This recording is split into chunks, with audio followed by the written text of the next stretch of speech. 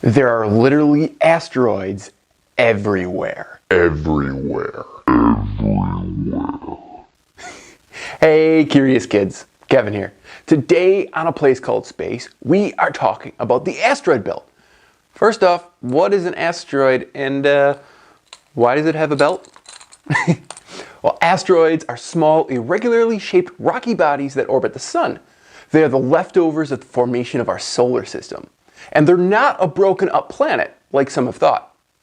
Asteroid means star-like, because when they were first discovered, they looked like stars, meaning they were like dots of light in the sky, but they moved like they were a lot closer to us. So this belt of asteroids, the asteroid belt. Well, where is it? Well, it's where most of the asteroids are. It's called the main asteroid belt, and it is located between the orbits of Mars and Jupiter.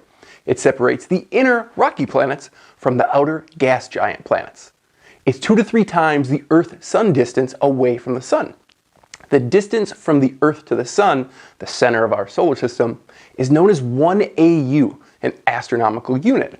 So the main asteroid belt is 2 to 3 AUs from the Sun, 2 to 3 times further away than Earth is.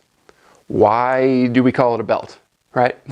Well, we do because it's more thin, like a disk. Most of the asteroids are close to the same level, or the ecliptic plane, in the orbit. Now, it's 140 million kilometers wide. That's just short of 1 AU, the Earth-Sun distance. So if we moved it in, it would pretty much fill up all the space between us and the Sun. But it's not there. It's out between Mars and Jupiter. And it's there because of the grand tack hypothesis that says Jupiter and Saturn started to move inward towards the Sun in the early days of the solar system, but then they started to move back out and settled to where they are now. This movement and the gravity of Jupiter is what put the asteroids where they are.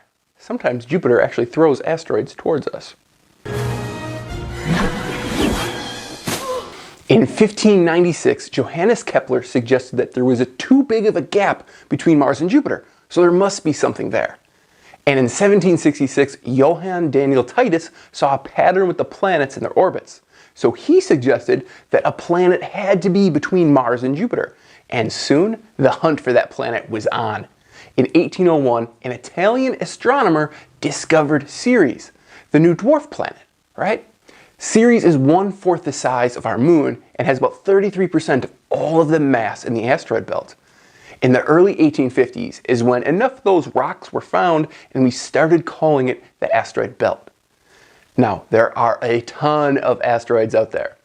NASA's current count in May 2021 is 1,080,514. But if you put all of those together, it would still be smaller than our moon. There are like 5 big rocks and then the rest are pretty small. And they are very spaced out. If you were standing on one, you wouldn't even be able to see another one because they're so far away. So, I hate to break it to you, but Han and Chewie will have no place to hide when they're running from the Empire.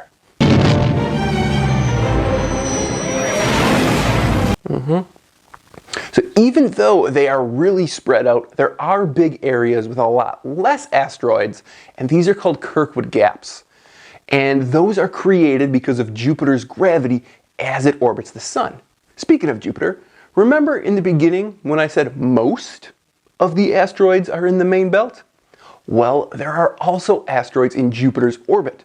Some of them are in a group in front of Jupiter, and some are in a group behind.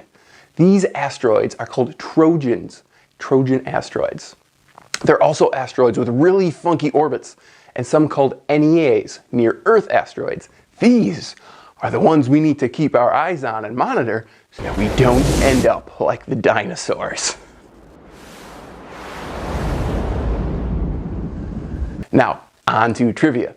The answer to last week's question of what is the only planet to spin backwards is A, Venus. This week's question is, what is the belt of rocks out past Neptune called? Is it A, Roman asteroids, B, Kuiper belt, C, Oort cloud, or D, Titus rocks? Tune in next week to get your answer.